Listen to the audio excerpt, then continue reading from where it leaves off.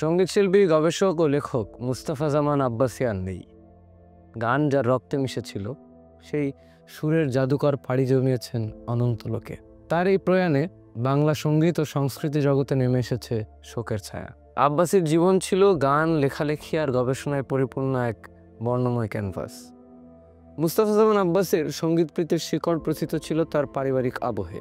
তার বাবা কিংবদন্তি শিল্পী আব্বাস উদ্দিন আহমেদ ছিলেন সেই পথিকৃৎ যিনি গ্রাম বাংলার মাটির সুরকে শহরের মানুষের হৃদয়ে পৌঁছে দিয়েছিলেন। কুচবিহারের ধানক্ষেতের আল থেকে সুর তুলে এনে তিনি তাকে বিশ্ব দরবারে পরিচয় করিয়ে দিয়েছিলেন। আব্বাস উদ্দিন কেবল লোকসঙ্গীত নয়, কাজী নজরুল ইসলামের ইসলামী গানকেও জনপ্রিয় করে তোলেন।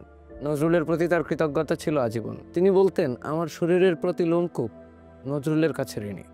এই সঙ্গীতময় পরিবেশে মুস্তাফা জামান আব্বাসীর বেড়ে ওঠা।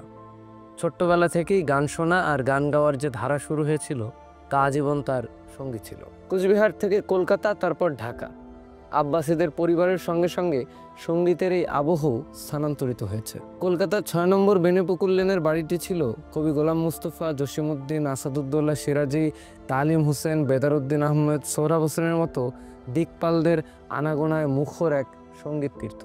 ঢাকায় আসার পরেও পল্টনের বাসায় সেই ধারা অব্যাহত ছিল। কবি সুফিয়া কামাল, ইব্রাহিম খাঁ, আব্দুল লতিফ, শামসুর রহমানের মতো ব্যক্তিত্বদের পদচারণায় মুখরিত থাকত সেই গৃহ। আব্বাসী স্মৃতিচারণ করতেন, নববর্ষের প্রথম দিনে তাদের বাসায় গানের জলসা বসত, যেখানে তার বাবা কবিতা আবৃত্তি করতেন আর ভাই বোনেরা গাইতেন গান। যদিও আব্বাস উদ্দিন ছিলেন লোকসঙ্গীতের সম্রাট, তিনি চাইতেন তার সন্তানেরা হিন্দুস্তানি সঙ্গীতে পারদর্শী হোক।